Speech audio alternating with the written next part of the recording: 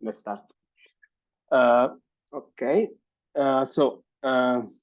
Just to give you a little bit brief agenda of what we are talking about. Of course, I will give to you a little brief presentation of me and the organizations I work with, and we will talk about our approach for the deep learning for post-earthquake safety evaluation of Masonry building.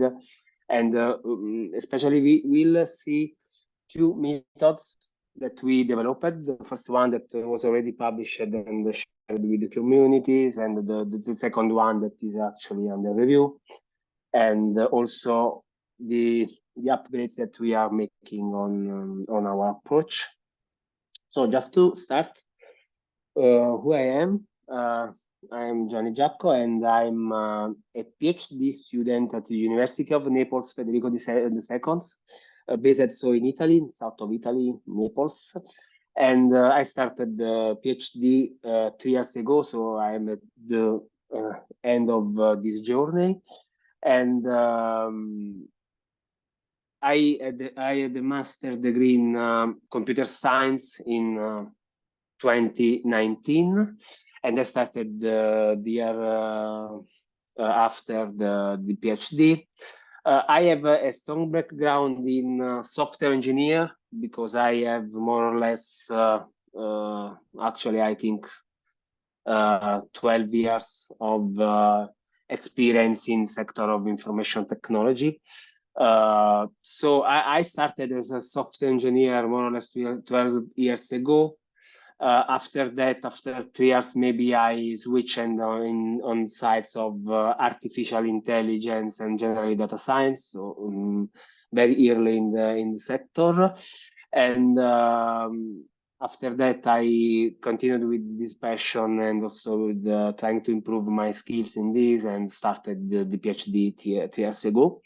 With this strong background that I have in software engineer, I'm also a CTO in a startup company based here in Naples. We will talk a little bit about the company that is also part of the Tema project,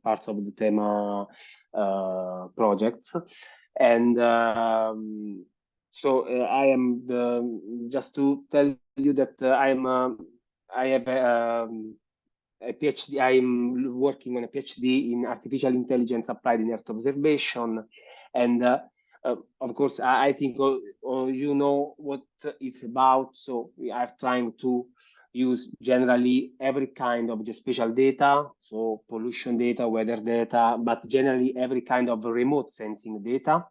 Especially, I work with satellite imagery, all kind of satellite imagery. Not a lot of SAR images, but especially optical images. My experience is more on optical ones. And the idea is, let me say, my experience, my skills are not focused on the creation of new, let me say, artificial intelligence, in general, machine learning methods new in the literature, but more focused on the creation of products based on artificial intelligence. And generally, I try to combine several approaches that does not use only machine learnings, but try to combine more traditional algorithms to create an end-to-end solution. And I think what we'll see today is a good example of what we can do, what products we can create when we combine artificial intelligence with other kind of expertise and product design. Just to give to you a brief overview of the groups in University of Naples where I work every day with. We are, as you can see, an heterogeneous and multidisciplinary groups because, of course, we are everyone focused on topics of artificial intelligence, but we are not only computer scientists. We have also lawyers, philosophers, because we focus also on the, for example, the parts of ethics of artificial intelligence. I am, of course, on the parts of the AI in the environment parts of the world, but in any case, we have, this is just some of the people that are parts of the group at the university, but at the moment we are more or less 25 people in the laboratory.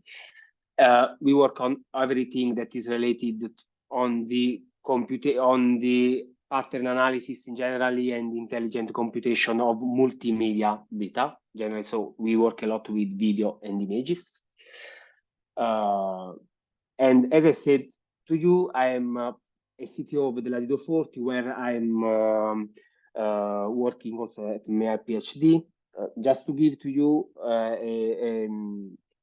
a presentation of what we do in Latido 40. We use generally, as I said, geospatial data, more or less satellite imagery.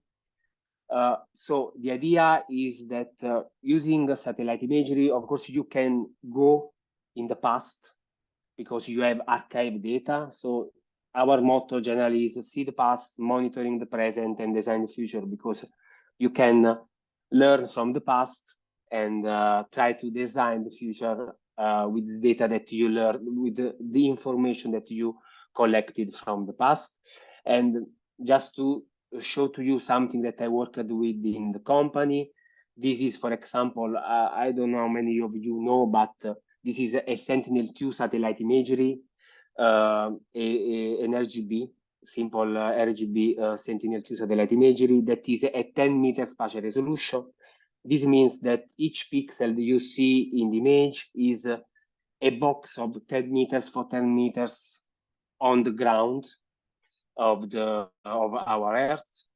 This is what the Sentinel-2 satellite imagery is, and this is what our model can see in the same image, in the same scene, because we developed an algorithm of super resolution that uses generative AI that can switch from this kind of view to this kind of view. So we can increase the spatial resolution of the image from 10 meters to 1 meter spatial resolution, just to give to you something that I worked in these 2 years.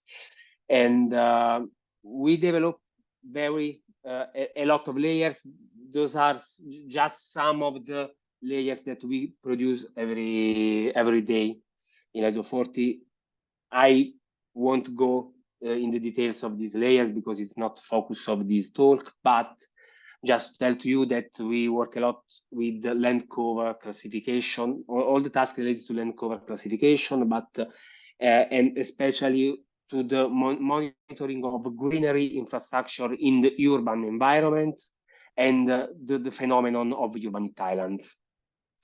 So just to give to you a brief description of the actors that are parts of the project that I'm going to describe today, because this project is part of collaboration with the University of Naples Federico II, Latido 40, and what we are trying to talk today is how we can use drone imageries, but not only drones images, but also images taken by technicians by smartphone, for example, to assisting the technicians in the compilation and in the compilation of the cards that they need to compile after a post-earthquake, after an earthquake that happened in part of the world. The needs here is that maybe you know, Italy, especially the center of Italy, is a part of the world where a lot of earthquake happens in the past years, because we are in a specific parts of the world where there are a lot of earthquakes. And of course, maybe you read in the last, I'm from Naples, and in the last months, there was a lot of earthquakes in maybe it's 25 kilometers far from my site, because we have a part that is we are on the Vesuvio, the volcano, so there is a lot of movements of the lands. So in Italy, but also in all the world, there is the necessity to take care of this kind of stuff.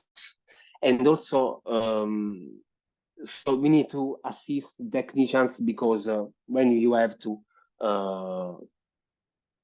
assess damages, you need to have a lot of people. So at the moment, because everything is manual, so just to give to you an overview of the post-earthquake damage assessment that happens actually in Italy. And but I think it's more or less everything in the world the same at the moment, the situation.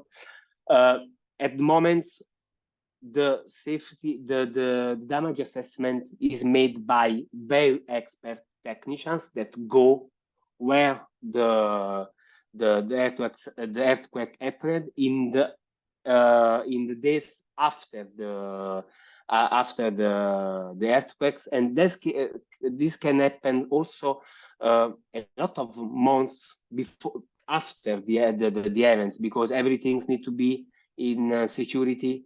At the beginning, of course, you need to take care of people as not of buildings. So this is a very time-consuming process that is not at all compatible with a near real-time assessment, because you have few people with these high technical skills, and you can be so fast to have a initial overview of what happened in the city. Of course, what are the pros of this kind of process? Of course, it's the high accuracy, because everything is made by very experts. So there is a very high accuracy, and also the process is regulated by law, because in every country, also in Italy, you have everything is regulated in some standard flows that you need to follow from the happening of the events and is managed. So our solution is wants to focus, of course, on the near real-time parts of the problem, because you know, when something bad happens, the first need that you need is trying to figure out what happened and what is the severity of what happens, and you want to know this as soon as possible. So the idea is try to assess the idea is try to develop an analytical methodology that can try to assess these then can try to make this assessment in short time, in an automatic fashion, more or less automatic fashion, or at least with the intervention of few people that you need if you need to send technicians all around the cities. Of course, we are talking. We already know that we can't, but we will talk about that later. But we already know that when we develop something that is so challenging, let me say, because we have a process that at the moment is managed by very expert technicians, you already know that you lose something in the accuracy, let me say, of the solution. But this is something that we want to pay to have some near real-time assessment. The idea is that even having a near real-time assessment, you can organize you can plan what happens in the next days after the earthquake, because you can know at the beginning where there are more damages, where not, so you can organize your plans for the intervention, so for the mitigation after uh, um, the disaster happened, but also you can use data uh, that we produced also to after the months after, also to try to help the reconstruction project plans, because of course you know everything about the buildings, about the area that have been affected from the earthquake, and also you can create a, a solution that can let me say, try to create an archive of data. So you have something that you can use later on when other kind of other similar earthquakes happens in the future, because of course they unfortunately will happen. So we proposed our approach. We shared with the community our approach. As I said at the beginning, I am a computer scientist. I'm not a civil engineer. I don't know anything. I know a little bit, thank you to this work, about structure of masonry buildings. But of course, my expertise is in artificial intelligence. So if you have question about specifically to the structural part of buildings, we can talk about that, but maybe you can send to me an email and I forward all your curiosity or to my colleagues that are more expert about that. So we made this kind of stuff in collaboration with the Department of Structure for Engineering and Architecture, always inside the University of Naples, Federico II. And this is the first paper that we published. At the moment, we have a version 2 of the methodology that is under review, and is something we try to talk later on during the speech. This is an important slide for me, because for me it highlights a very important points when you need to talk, you need to deal with this kind of stuff about natural disaster management, etc. And this is that you can't manage everything. You can't build a product just using artificial intelligence, big data analytics, etc. But you need the expertise of people that have a very good expertise of the problem that you want to solve. This is the why we made this kind of a collaboration. And so I won't bother you with what is the process after an earthquake happens, but just to give you a brief description of let me just check if in the chat there is some question. Okay, no. Just to give you a brief description of what happens, at least in Italy, after an earthquake happened somewhere. Those are the name of these cards is EDES, and those kind of cards are very specific for Italy, but it's worth to note that they are very similar in every part of the world. There, of course, in Australia, in several countries, in several in USA, they are different from this, but they are very similar. Generally, technicians need to compile generally always the same information everywhere in the world. This is an important aspect because is just to tell to you that the approach that we developed is more or less applicable everywhere in the world. Of course, we'll talk later about that, but if you need to create a product end-to-end, so where you need to use the automatic evaluation with the compilation of something, you need to customize this country by country, of course.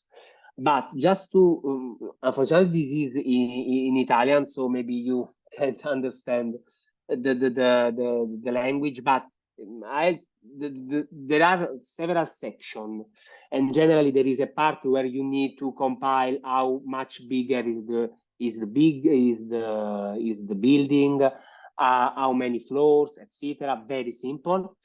But the most important parts of the cards is the section 4, that is this one, where the technicians needs to compile where the cracks in the buildings are and the kind of severity that is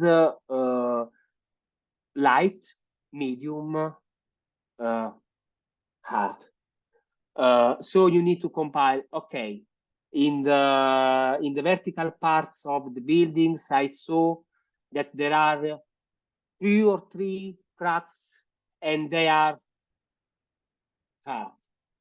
I saw 1 medium, etc. So you need to compile the number and where you found this kind of cracks. This is something that you need to compile. Of course, we need attention about important points. This kind of assessment takes into account both the outside of buildings and the inner parts of the buildings. Of course, at the moment with our approach, we are just looking at the outside parts of the buildings. And of course, this can be a problem when you need to assess damages of buildings. This can be a problem because something could be not visible from outside.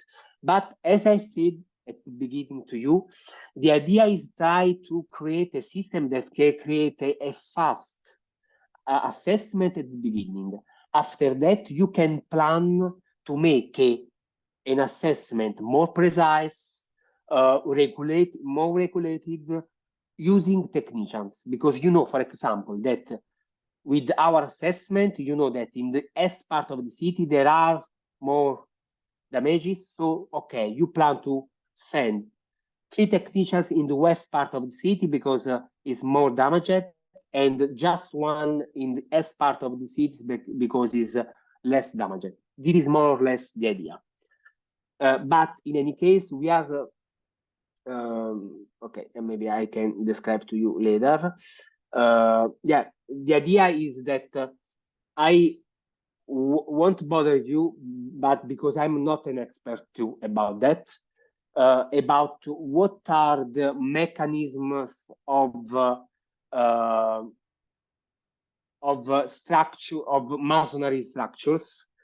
But generally, it's important to note that when you are dealing with the damage assessment by earthquakes of masonry buildings, generally for the physics that happens in the buildings, this is something that I learned during the project. Generally, you see some crack outside the buildings. Generally, it happens. You can see some crack outside buildings. It's not just something that is inside your building. Okay? I am not, as I said, I'm a computer scientist, so I don't know anything of this slide. Let me be honest.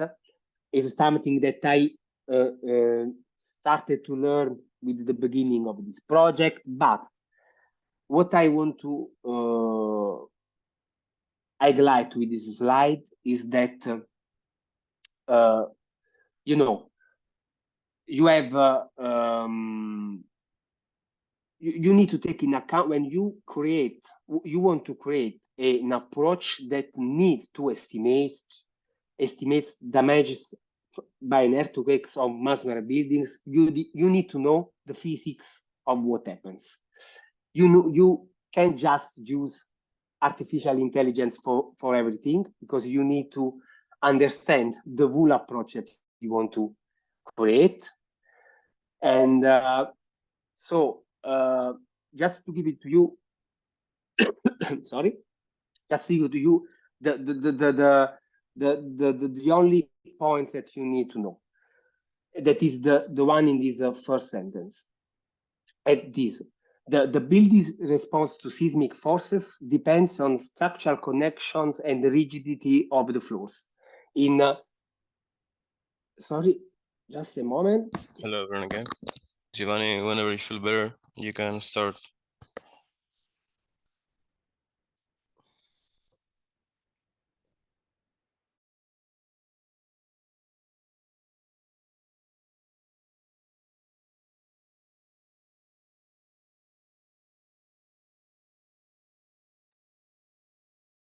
Sorry, again, my voice. Sorry, I'm talking a lot. Okay.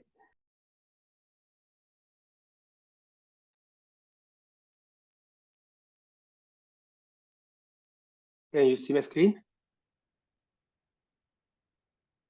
Yes, we're working. Okay, sorry for the interruption. The good news for me is I'm still alive. For you is that isn't bad, because you need to listen to me, I think, for other 30 minutes. So, but sorry for the interruption. Okay, so we stop at here. What I was talking about is that, of course, when you need to create an approach that use artificial intelligence, but need to create a model of something that is related to the physics of buildings. Of course, you need to know the physics, the physics behind that. So you can use just artificial intelligence trained, for example, on a data set of cracks, because for example, you want to just make a localization of the cracks in the buildings. What's noting in this moment that what I'm trying to explain to you during this talk is that we are not, maybe I hope it will be clear later with the next slides, is that we are not talking about some just crack detection by artificial intelligence algorithms on buildings. It's not just about that, but we are talking about a full product that can help the technicians. So it's not just about crack localization. As I said, you need to know the physics of masonry building structures. And we won't go in the details of that, because I'm not an expert about that, but just to give to you an overview of the physics, there are 12 types of common lesions types that you can have in a masonry buildings. We won't go in details about that, but what you need to know at this moment is that the difference in the lesion types is about where they are located in the structure of the buildings. So, for example, they are between two windows, or maybe they are are between two windows in the horizontal line, or in the vertical lines between the two openings of the buildings, of the facade of the buildings. They are in the angles of the buildings. So you have cracks, but they are not all equals. but their severity, the assessments of the damages of the buildings depends where the cracks is located on the buildings. This is the most important key points that you need to get at this moment. So, given that, we started to think about the approach that we could develop. And the idea is more or less related to three important phases that are of course, the identification of the cracks. Of course, you need to identify the cracks on the surface of the buildings, but it's not enough. You can't just identify cracks. But the second important step is that you need to locate the cracks. So you need to tell, okay, this crack is in this part of the buildings, this crack is in this other part of the buildings, because you need to go to the third step, that is the quantification of the cracks, but let me say the quantification of the damages. And you can do that only if you know all the cracks and where they are. So this is our approach. Let me say, this is our first version of our approach, because as I said at the beginning, we worked on a second version of the approach, and later on we'll understand why we made a second version of our approach. So let's just explain to you how our approach is. Of course, we start from the image acquisition. As I said to you, at the moment, our approach is agnostic about the kind of image that feed the system. They can be images taken from a camera, for example, a smartphone, but can be also images from drones. It's not matters.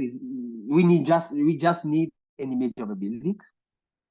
Of course, we separate the process in two sub-steps that are the crack detection and the location and the building's zone labeling.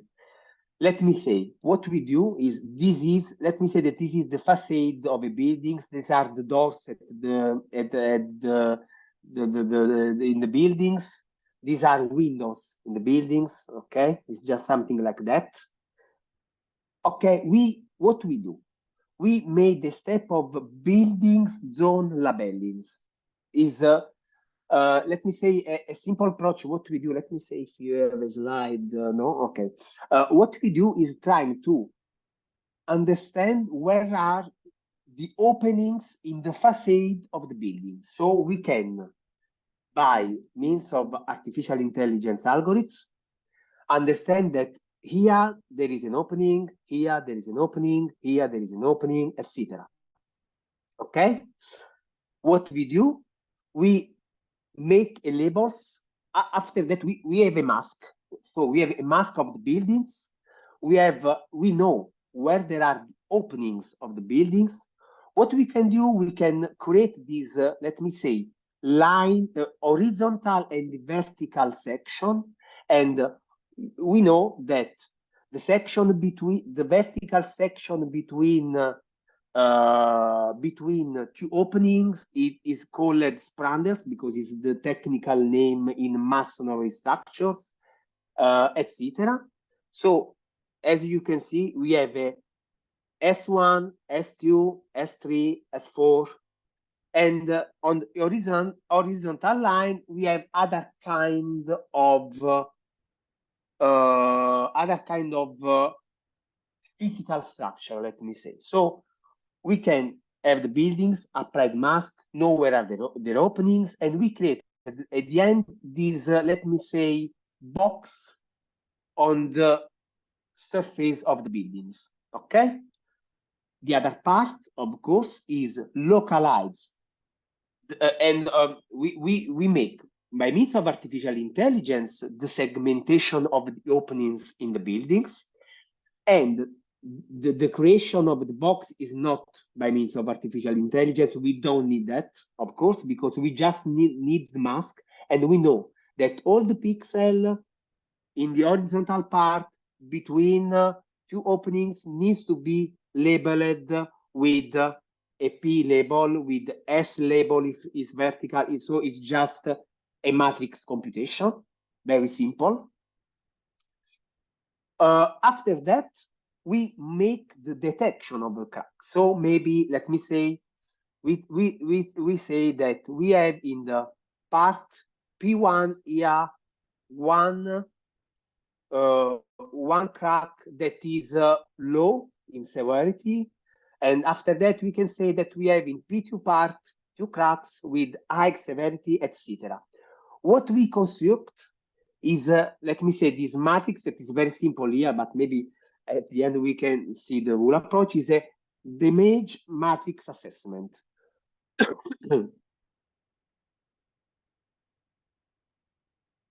This matrix can be used by technicians to make the assessment of and compile the cards that I showed to you at the beginning. This is the first step.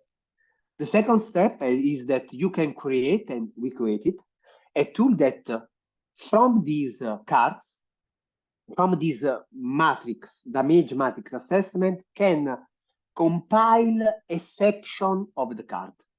As I said at the beginning, we have this section 4 that is about how many cracks with which severity they have in the parts of the, and in what parts of the what parts of the building. So we can compile this kind of this section of the cards that is also the more important parts. Okay, so this is the approach that we created. And of course, you need to create something with artificial intelligence. So the problem here is anyway the data set, because generally you don't have the data set. So this could be a problem. What we did in this case, for this project, we started from scratch. So we had the chance to have a lot of images captured from smartphone and also from drones, but let me say that we had 70%, more or less 70% of images from drones, from smartphone cameras, and 30, just, yes, maybe less than 30% of images collected by drones. That were collected by the one of our structure in Italy that is that manage emergency.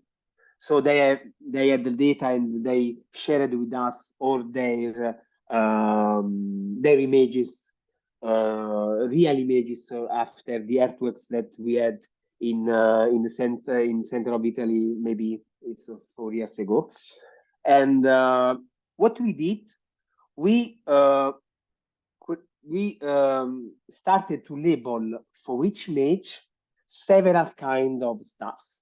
So, for example, we separated a global label, so something that you need to label on the whole scene, and something that you need to label on the single crack.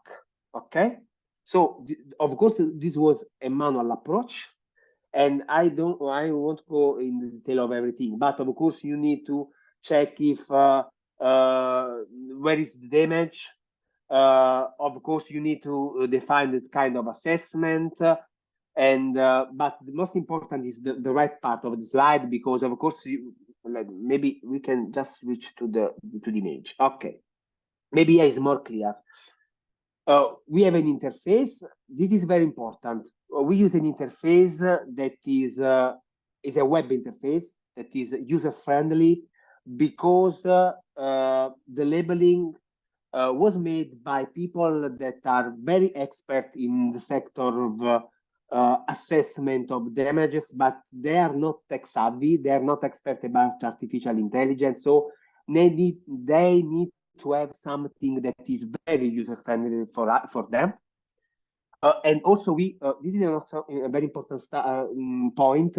We also made at the beginning a training for people to understand how they need to label the images. Okay, and so maybe you can see here an example. What the user need to do is define what all the openings in the buildings. They need to define the area of the cracks. They need to design the line along the crack, and they need to design also. This was not necessary at the end, but also the area of the facade of the buildings. So a lot of stuffs. And also for each crack that the user detect in the image, it needs to define the kind of severity that is low, moderate, or high. And we defined a clear specification for low, moderate, and high that is about the shadows and the millimeters that you can see or imagine, let me say, when you label the crack. Of course, we made also a review by expert process. So at the end of the labeling, there were some experts, let me say senior experts that have more understanding of the phenomenon, that reviewed some samples of the data set. And when something goes wrong, for example, I saw that all the images labeled by Giovanni Giacco, 50% of the images labeled were wrong. We dropped all the label and we started with the labeling again, because of course for us the quality of the data set was very important. As you can see, an important aspect is that we have very highly heterogeneous images. We have, unfortunately, images from very far from the buildings, other that are near to the buildings. There are several conditions of brightness, shot angles, backgrounds, etc. So it's a very complex task. For our approach, we tried to not force the scene to be in a specific way. For example, just in the front with the right brightness. We try to do that because, of course, when you collect images from smartphones or from drones, you can't be sure of what you have in your system. So we try to train a system that was more robust about that. Here there are some analytics about data set. In any case, we have more or less now 9,000 acquisition of several parts of several aspects of the buildings and the cracks in our data sets. I won't go into the details of this, but let's go on. I don't know how many of you here know about deep learning and convolutional neural networks. I did not prepare a slide about that, so I just give to you some points about that. If you have questions, feel free to ask to me at the end or by mails.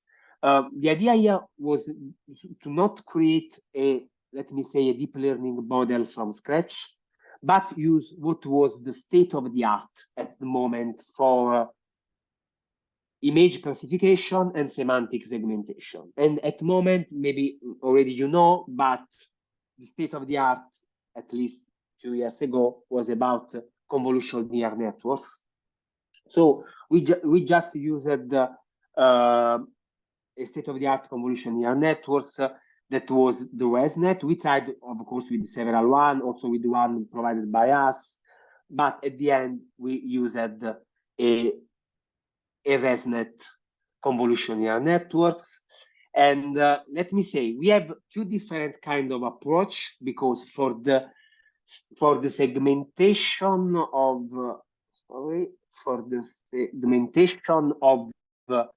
of opening, we need to have a semantic segmentation. And in the first version of the crack detection, we made the patch classification. So what we did is put in our model a 224 for 224 patches pixel images, and say for this patch, if inside this patch there is a crack and the severity of this crack. So at the beginning, we did not start with the semantic segmentation of the crack, but with a patch classification. So we say that in this patch there is a part of a crack, in this patch there is a part of a crack, etc. This was the first approach that we used at the beginning. But the idea, why we started with that? We started with that because at the beginning the data set we had was not so big, and if you need to make semantic segmentation, so you need to create a mask where you tell, okay, this pixel is cracked, this pixel is not cracked. You need to have a more you need to have a bigger data set. So at the beginning we started with a patch-based classification. Okay, this is just to give to you the model that we used for the segmentation, but I will go on. Is just a normal UNet network for the semantic segmentation, where we changed the backbone, the encoder part of the UNet with a ResNet network. This is very common in the literature as a semantic segmentation deep learning model. Is a very common model. Those are the results that we had. They are pretty good on the data set that we use. As you say, we have an accuracy that is better with the ResNet 34 and not with the ResNet 50. But when we collected this first result, the problem is also with the data set. This was not so big. So the ResNet 50 that has a lot of more parameters, because you have more or less double of the ResNet 34, was not so able to train. But in the second version, we saw that the ResNet 50 outperformed the 34 model. As you see, those are the metrics confusion. The results are pretty good, because more or less they are everything is greater than 90% of accuracy. And just to show to you a little example, of some wrong prediction that we had. For example, here in the B image, this is a false positive, but this is a wrong false positive, because the patch was labeled in the dataset as no crack, because the user did not view the crack inside the buildings, but the model did. The model did because, so this is a very important aspect, because this means that our model tried to generalize better than the quality of the dataset in itself. Of course, we have problems, because, for example, in the image A, here the image is not at high quality, and this is not a crack. This is an electric lines on the surface of the buildings, and here our model detected it as a crack. Of course, this is a false positive. But anyway, this is just the result of the first experiment. So of the first version. So this is the end of our solution. The end of the is an example of the output of our proposed approach. So you have the localization of the openings in the buildings, okay? So you can define where the cracks, you collect the cracks with their severity. As I said to you, is a patch-based classification. And you define the severity, low, moderate, high. So you can compute the damage assessment matrix, and you can also in the piles, in the spandrels, in the rigid zones, and of course technicians know what means piles, spandrels, and rigid zones. That are several parts of the structure of the masonry buildings. They can see the matrix and tell, okay, they of course they can compile this form, and also they can have a judgment of at the beginning of the wool damage of the buildings. Of course, you need to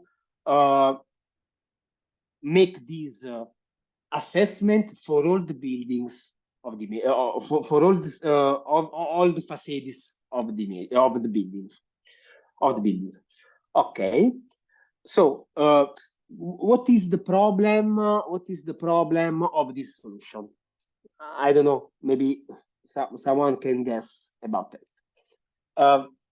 I can answer for you, but what is the problem of this solution?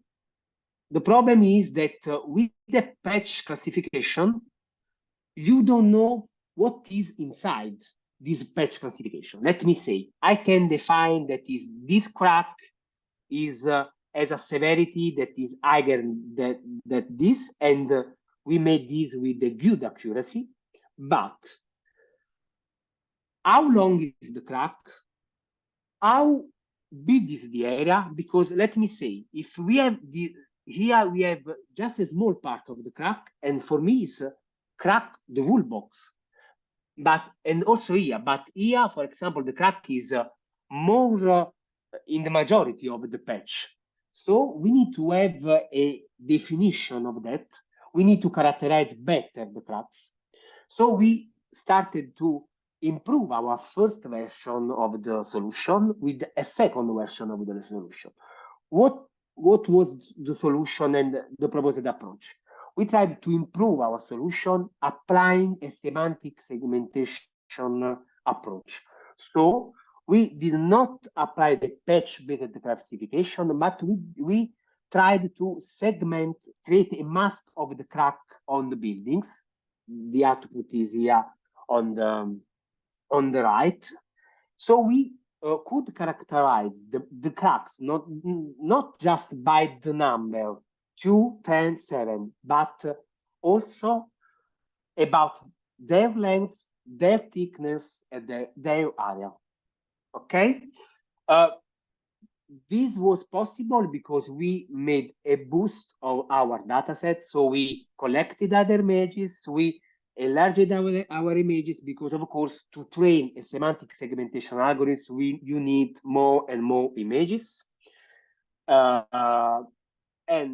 And what we did was producing this is, I think, yes, this is the buildings, the initial buildings that we fed in our model. This is the output that we have. I cropped the left part of the image, but this is just this part because I did not have space in the slide. But this is the mask that our model feed the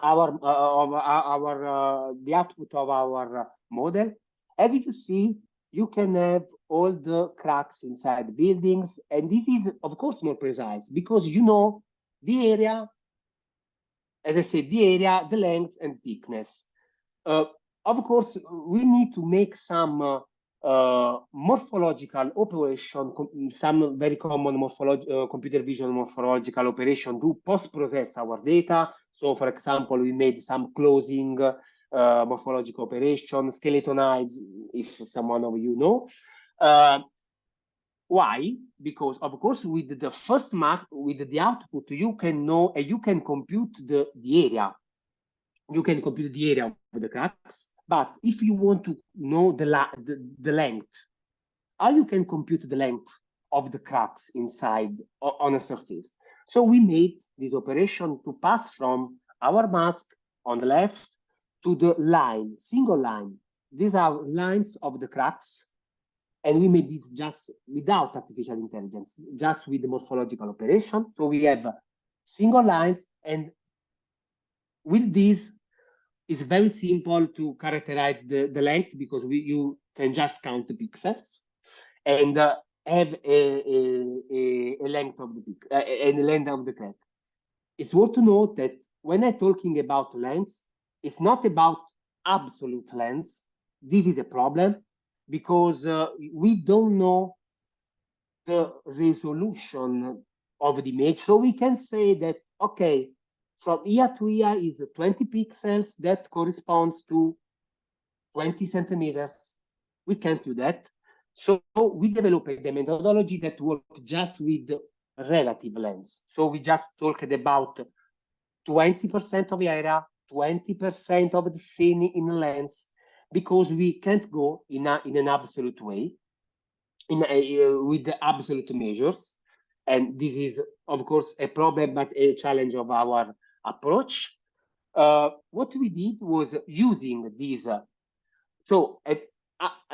We now know three things: that is the severity, the area, and the length. And we created with this approach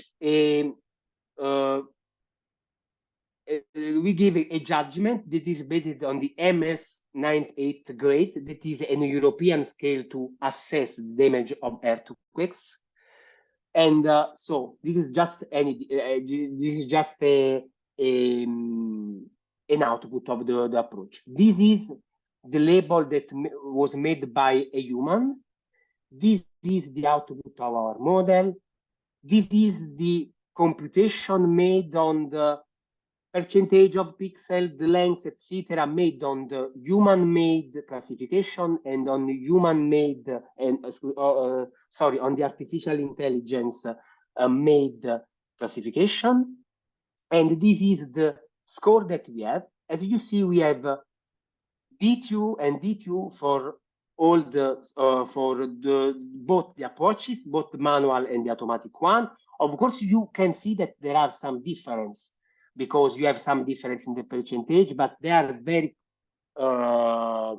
similar. So at the end, the damage, the final damage assessment is the same. This is just another. This is the example from the image that we saw before, and yeah.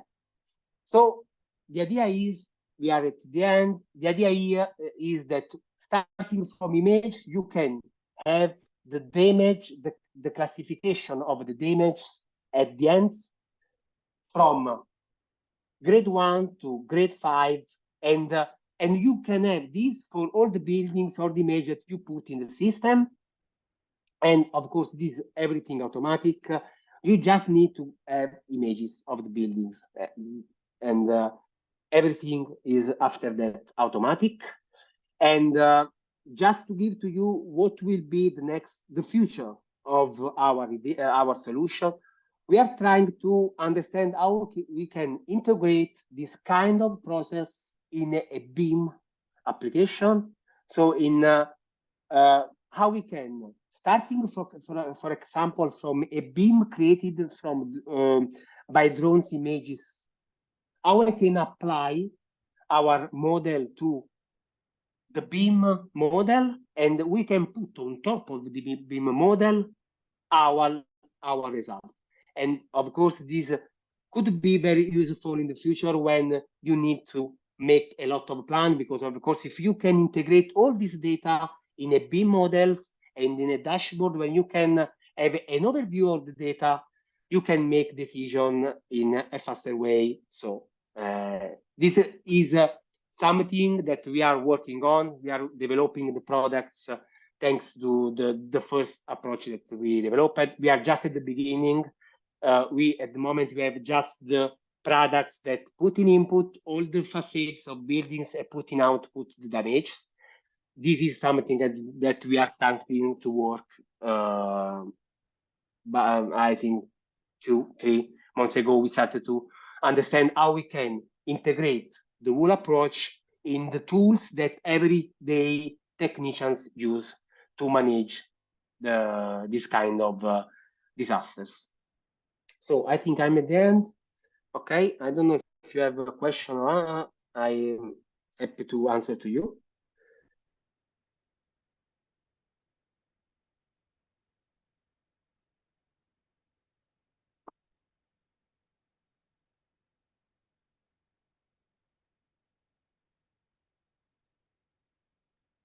Okay, I think there are no questions. I think there are no questions as well. Okay. Okay. So Thank you very much, thank you very Giovanni. much. Thank you very Good much to have you. for your attention. Okay, everybody. Let's have a break. The next meeting will be at 2 p.m. Eastern European Time by Antonio.